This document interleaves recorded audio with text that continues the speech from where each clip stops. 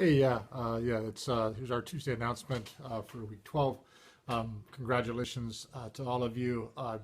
It's Sunday morning when I'm making the video this week, and I've been looking around. I don't know, there were maybe 6 or 7 of you who had posted their thesis, and I just want to say that, again, as I always say, you guys are doing a really good job with this course. I'm always so pleased when I see the work that you folks produce because oftentimes when you put together an online course, you don't always know, without the face-to-face interaction with students, it's sometimes hard to know whether or not they're grasping the concepts, and some of these are difficult concepts that we talk about um, that I sort of ask you to read about and think about on your own. And so I just want to say that um, you guys are really doing a good job of deeply analyzing and thinking about these topics and working through them on your own, and that's a really good skill to be able to do. I think it was Russell.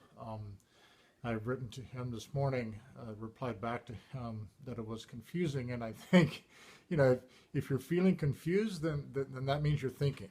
And one of the main goals of this course is to have students, at least one of my main goals for the course, and in reading literature all the time and analyzing literature, is to have students think about it and think deeply about a concept, because I think that that skill can be translated into just about every area of your life. So never be afraid to sort of feel confused. Other than that, we'll be shifting the page a little bit. We're going to stay within the Western Great Lakes.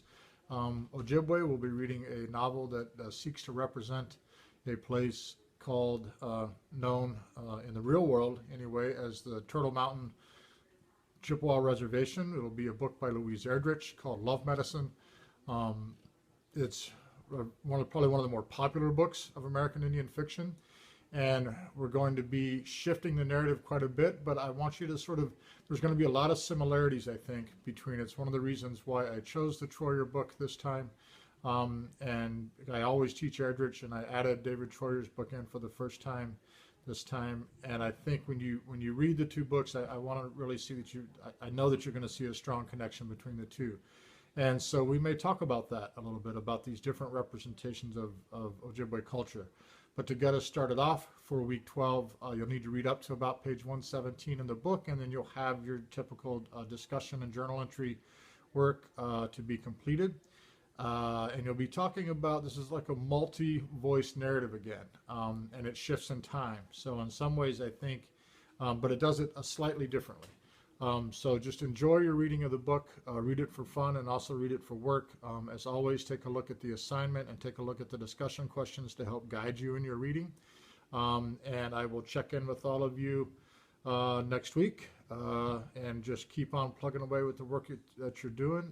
As always, any questions at all, let me know, and I'll be happy to sort of address them. And happy Easter, and we'll talk to you next week. All right, bye.